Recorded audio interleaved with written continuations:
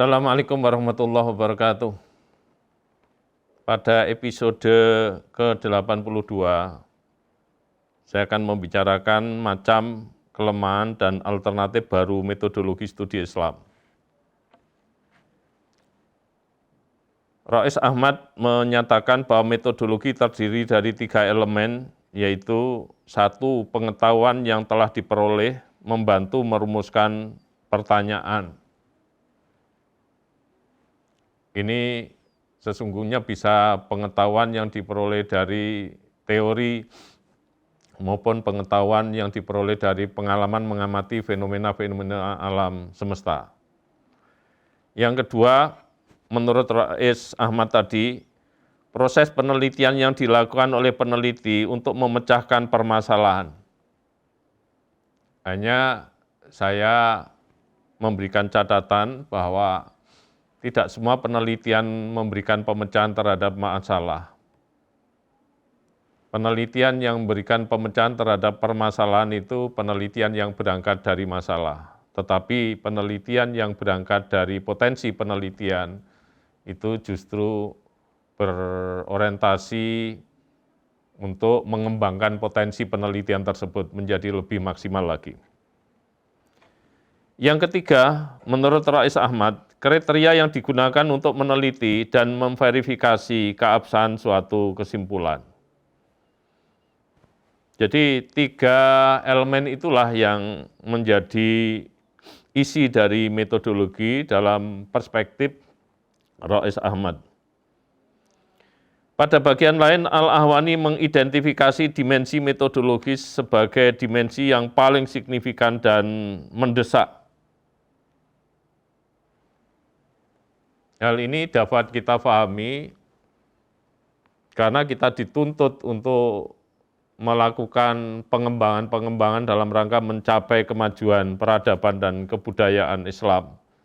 Sementara metodologi itu merupakan instrumen yang bisa mengawal kemajuan peradaban dan kebudayaan Islam itu. Karena itu, kalau kita ingin segera mewujudkan peradaban dan kebudayaan itu, maka kita umat Islam, terutama para intelektualnya, para mahasiswanya, harus betul-betul menguasai metodologi dan mengaktualisasikan dalam berbagai ragam bentuk kegiatan-kegiatan penelitian yang serius.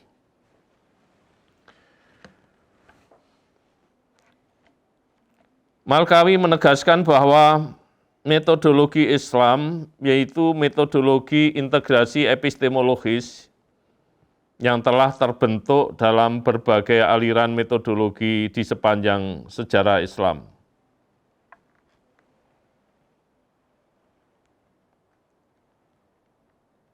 Namun kita mesti tahu bahwa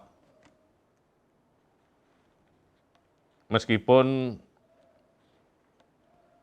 metodologi integrasi epistemologis itu terbentuk dari berbagai aliran metodologi di dalam sejarah Islam, sehingga bersifat adaptif, tetapi juga selektif. Jadi tidak seluruh aliran itu kemudian bisa diterima, melainkan dilakukan filter atau penyaringan. Mana aliran-aliran yang sesuai dan mana aliran-aliran yang tidak sesuai dengan karakteristik Islam, dengan nilai-nilai Islam, itu dilakukan seleksi secara ketat. Pak Atok Mudhar merinci minimal ada 3 jenis metodologi konvensional yang telah berkembang. Pertama adalah metodologi penelitian tafsir yang telah menekankan pentingnya ilmu asbabun nuzul,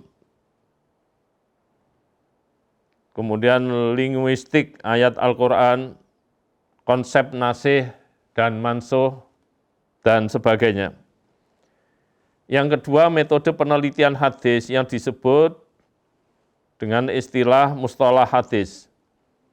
Ilmu ini dibagi menjadi 2, yaitu ilmu yang membahas teks atau matan hadis dan ilmu yang membahas proses transmisi hadis dari satu generasi ke generasi berikutnya sehingga sampai pada perawi hadis yang kemudian membakukannya. Kemudian yang ketiga adalah ilmu usul fikih atau ilmu dasar-dasar fikih, yaitu ilmu yang mempelajari dalil-dalil nas dari segi petunjuknya kepada hukum. Dan saya sering menyebut bahwa ilmu usul fikih ini sesungguhnya adalah epistemologi Islam, bukan hanya filsafat hukum Islam, tetapi lebih tepat lagi adalah epistemologi hukum Islam. Pada bagian lain, Pak Azumardi Ajra mengatakan bahwa maqasidus syariah atau istihsan atau masalihul mursalah sebagai metodologi dalam usaha mengembangkan fikih dalam menjawab persoalan-persoalan kontemporer. Dan apa yang disebut oleh Pak Azra tadi sesungguhnya hanya sebagian dari pendekatan istinbat hukum.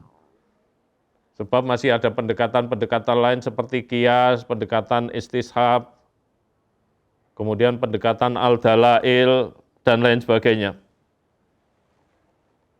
Tetapi tiga hal yang disebutkan itu barangkali dipilih oleh Pak Azumardi Ajra karena tiga pendekatan itu memiliki karakter yang lebih dinamis dalam memproduk hukum-hukum Islam yang baru dibanding dengan tiga pendekatan yang saya sebutkan kemudian tadi.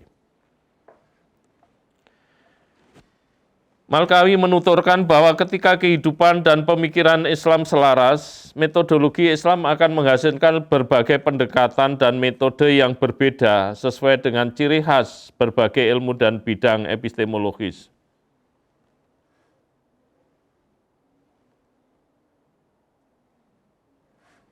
Dari sini dapat dipahami bahwa melalui metodologi maupun pendekatan ini, sesungguhnya dapat diketahui adanya kontrol, adanya objek penelitiannya atau objek pembahasannya maupun orientasinya dan lain sebagainya. Selanjutnya, Faruqi memandang bahwa salah satu kelemahan serius dari sebagian besar metodologi tradisional dalam epistemologi Islam adalah bahwa kaum muslim terlalu menekankan institusi dengan mengorbankan akal budi yang telah membuka pintu bagi kerusakan iman. Ini yang disinyalir oleh Faruqi tadi, yang seharusnya akal budi itu lebih dikedepankan daripada institusi. Tetapi akal budi sering menjadi korban di dalam pelaksanaan metodologi tradisional di kalangan umat Islam itu. Selanjutnya, Malkawi menyatakan bahwa kesadaran metodologis merupakan pemahaman sadar terhadap realitas yang ada dan cara mengubahnya menjadi lebih baik. Realitas itu dimaksudkan baik realitas empiris maupun realitas meta-empiris. Islam tidak membatasi hanya realitas empiris, mengingat sesungguhnya realitas empiris maupun realitas meta-empiris sama-sama realitas yang memiliki status ontologis keilmuan yang sama untuk sama-sama kita pelajari, untuk sama-sama kita kaji, untuk sama-sama kita selidiki, tentu dengan menggunakan cara-cara yang berbeda.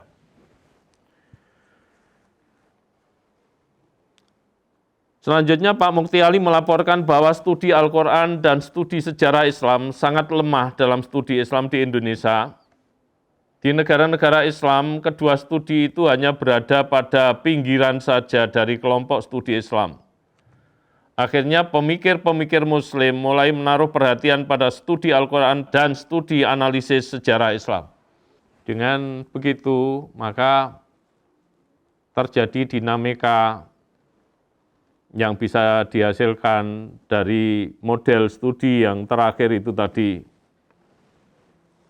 dengan studi Al-Quran akan merambah pada objek-objek yang sangat luas, akan mendapatkan informasi-informasi masa lalu, masa sekarang, masa depan, akan mendapatkan hal-hal yang terpikirkan, yang belum terpikirkan, dan yang tak terpikirkan.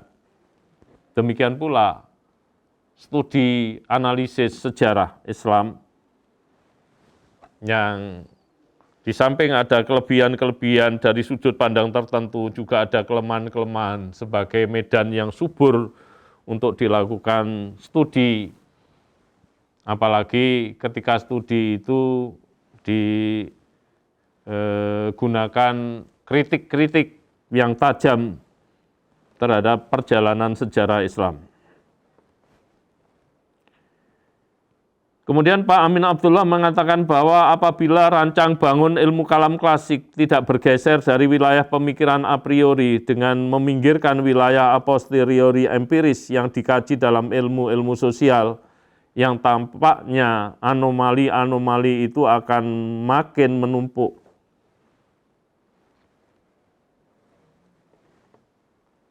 Sebab pemikiran-pemikiran a priori sering hanya didasarkan pada satu dugaan, satu spekulasi. Sementara pemikiran-pemikiran yang dihasilkan dari a posteriori empiris itu didasarkan pada setidaknya pengamatan terhadap gejala-gejala empiris yang tentu lebih meyakinkan daripada yang pertama. Meskipun sesungguhnya ini saling melengkapi antara pengetahuan yang dihasilkan dari a priori dengan a posteriori. Kalau pengetahuan yang dihasilkan dari a priori adalah pengetahuan yang diperoleh sebelum mengalami, sehingga diperoleh melalui perenungan-perenungan, melalui pemikiran-pemikiran yang tajam, melalui tafakur, melalui telaah, dan lain sebagainya. Sementara a posteriori merupakan pengetahuan yang diperoleh setelah mengalami. Tentu lebih meyakinkan, tetapi dalam sejarah kita tidak bisa menutup mata. Banyak juga perkembangan sains dan teknologi itu dipicu oleh hasil-hasil pemikiran a priori yang sifatnya masih spekulatif itu. Yadin Sarsar mengatakan bahwa pada umumnya reaksi Muslim terhadap imperialisme epistemologis Barat sangat lamban. Mungkin mereka masih ragu untuk melakukan atau membuat kreasi-kreasi tandingan terhadap epistemologi dari Barat itu, mengingat bahwa epistemologi dari Barat yang sekarang mendominasi pemikiran para intelektual, para ilmuwan, para kalangan terpelajar, sehingga masih gampang untuk membuat satu alternatif yang bisa menandingi terhadap epistemologi itu. Tetapi kalau kita sebagai ilmuwan, sebagai sarjana yang mandiri, sebagai orang Islam yang ingin menghasilkan satu peradaban, kebudayaan, dan kemajuan yang betul-betul bisa mengayomi terhadap alam semesta ini, saya kira upaya-upaya untuk membuat rumusan-rumusan epistemologis tandingan terhadap Barat merupakan suatu keniscayaan.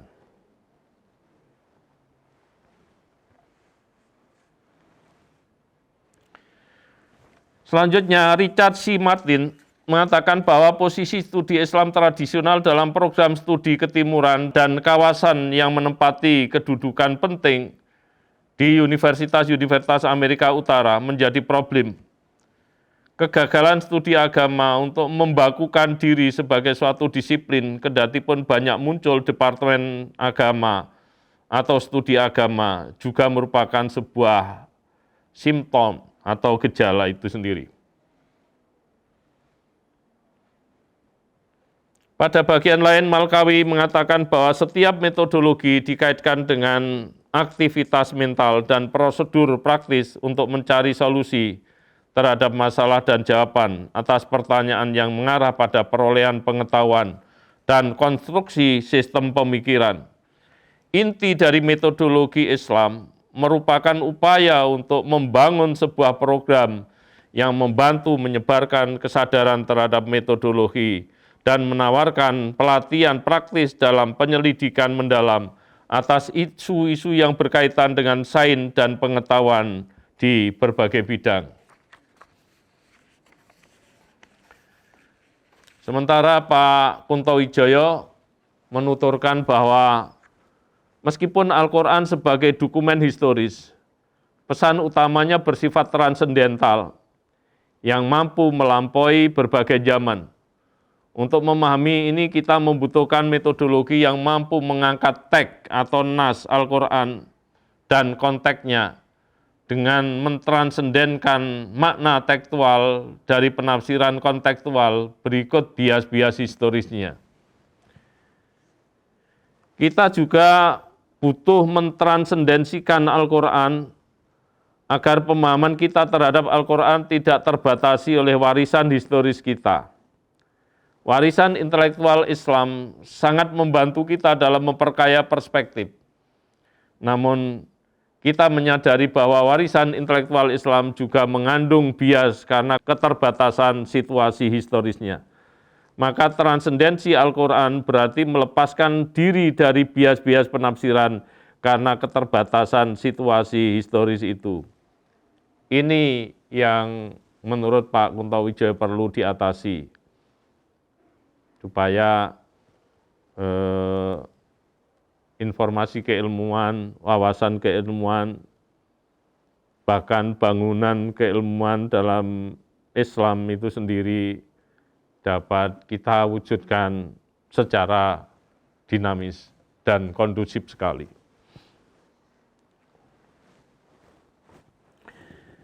Kemudian Malkawi mengatakan bahwa metodologi Islam berkaitan dengan proses berpikir Islami dan sifat ide-ide yang muncul dari proses yang terkait dengan maksud dan tujuan Islam secara keseluruhan.